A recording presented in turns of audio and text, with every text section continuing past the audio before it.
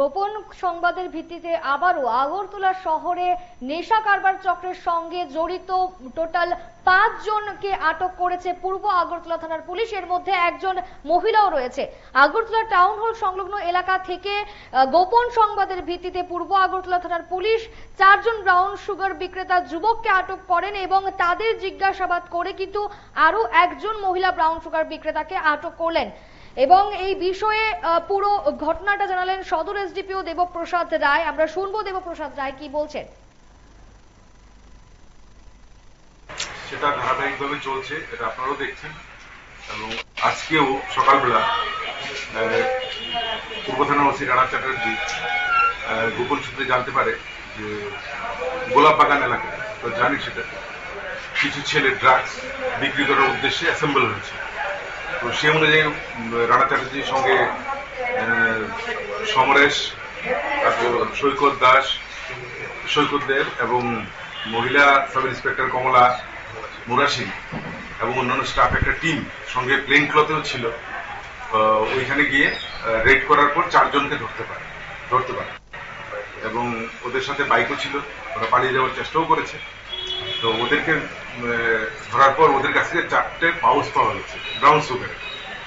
তো যেগুলিতে মোট 36 গ্রাম ব্রাউন সুগার ছিল। এদেরকে জিজ্ঞাসাবাদ করার পর যে এই ড্রাগস ওরা মানে রিসোর্সটা মানে কোথা থেকে পেয়েছে, তো ওরা একজন মহিলার নাম বলে। তো অ্যাকর্ডিংলি ওই মহিলাকেও মহিলার দোকান আছে এই শহরের প্রাণকেন্দ্রে, ছোটখাটো একটা দোকান নিয়ে বসে, কিন্তু বেসিক্যালি ড্রাগসেরই ব্যবসা করে। ওই মহিলাকেও আটকানো হয়। ওর কাছ থেকে 95 ছোট কন্টেনার ব্রাউন সুগারের পাওয়া যায় এবং ক্যাশ টাকা 16,000 পাওয়া যায়। তো ওদেরকে সবাইকেই অ্যারেস্ট করা হয়েছে এবং এই সমস্ত ঘটনার উপর ভিত্তি করে একটি সুনির্দিষ্ট একটি কেস নেওয়া হয়েছে। এদেরকে আজকে আদালতে প্রেরণ করা হবে। তো এদের নাম যথাক্রমে হচ্ছে রাজেশ দেবনাথ, বিশ্বজিৎ মজুমদার, তারপর জয়দেব দাস এবং উসমান মিয়া এবং উমা মালাকা। হ্যাঁ, সবাই আগরতলায় শহর এবং শহরতলি। মোট কতজনকে ধরা হয়েছে? মোট 5 জনকে, একজন মহিলা সহ। আর এর মধ্যে আমরা 2-3 জন যারা পালিয়ে গেছে এদেরকেও আমরা শনাক্ত করতে পেরেছি। ওদেরকে জিজ্ঞাসাবাদ করে এদেরকেও অ্যারেস্ট করা হবে। যে মহিলাকে আটক করা সেই মহিলার বিরুদ্ধে আগে কোনো এরকম মামলা না, সেটা নেই, এখন পর্যন্ত নেই। কিন্তু তারপরে আমরা দেখছি এই মহিলা এই ব্যবসার সাথে কবে থেকে জড়িত। এমনিতে মহিলা কি করে? এমনিতে তো চায়ের একটা ছোটখাটো দোকান নিয়ে বসে আছে। স্যার, একটা বিষয় যেটা যেহেতু ওরা বিক্রি করে, তাদের এইগুলো সংগ্রহ করে বিক্রি করে সবাই। আমি তো ওদের পালসার বাইক টাইক সব সিজ করেছি। ওরা নিশ্চয়ই সেই ফোনে বিভিন্ন জায়গা থেকে ফোন আসে। আর স্কুল কলেজ তো আছে, এগুলি থেকে আমরা ইদানিংকালে আমরা অ্যাকচুয়ালি স্কুল কলেজগুলির উপর বেশি নজরদারি করেছি।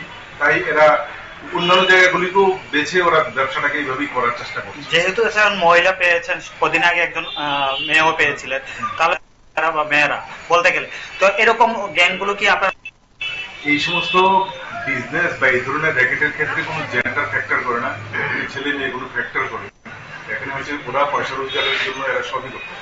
আমাদের কাজ হচ্ছে ওদেরকে আটকানো এবং আমরা সেইভাবেই প্রতিটা পদক্ষেপ নিচ্ছি এবং আশা করি আমরা এই ধরনের মানুষগুলিকে অ্যারেস্ট করে আমাদের সোসাইটিটাকে এবং সরকারকে। তারা তো স্যার বিক্রেতা।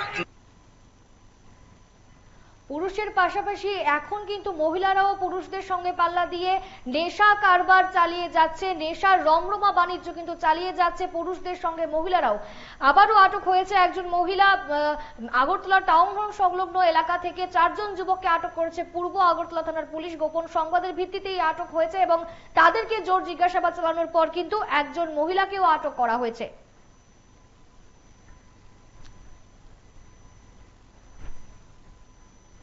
পুলিশের এরকম